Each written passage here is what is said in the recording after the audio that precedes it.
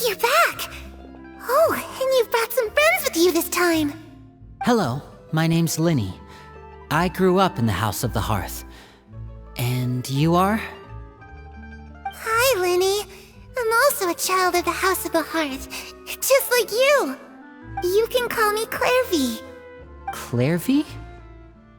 It's nice to meet you. Does that name ring any bells, Lyney? No, not at all. That's not a name we have on our roster, I'm sure of it. What I'm not sure of, though, is how she managed to sneak in. She must be the phantom child Father's been searching for. From the looks of it, I'm guessing you were the one that found her, Freminet.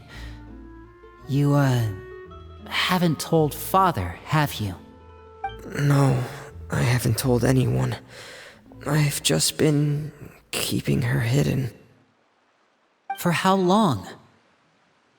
About half a month now. So ever since we got to Poisson, then. Do you have any idea what you're doing? I know what I'm doing.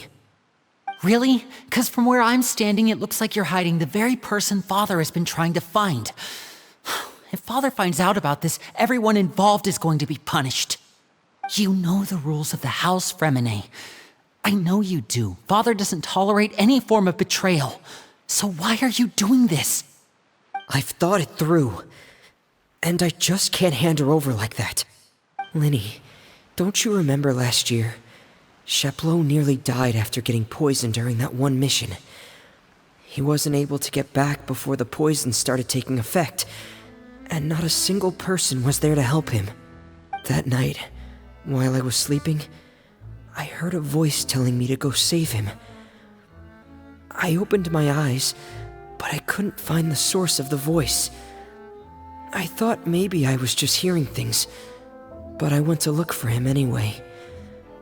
Luckily, I got there with enough time to save his life. That feeling of being haunted, of hearing voices, it's happened many times in the House of the Hearth. I'm sure you've noticed. So what you're saying is, that was her? She was the one who spoke to you that night?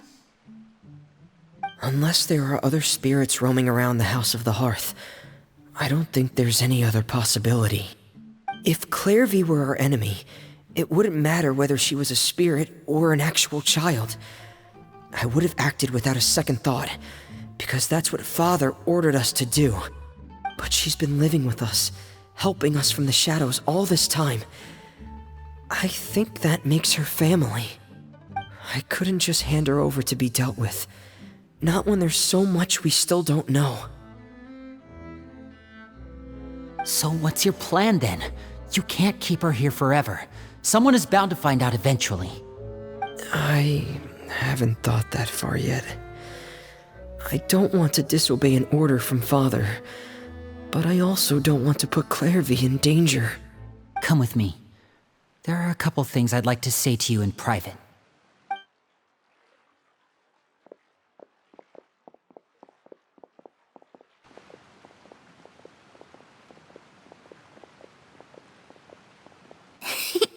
Those two sure care a lot about each other. I'm sorry, Lyney. I really didn't mean to drag anyone else into this. Oh really? You didn't mean to? 'Cause I for one wish you did. Huh? What do you mean? You know, when we were younger, you didn't call me Lyney.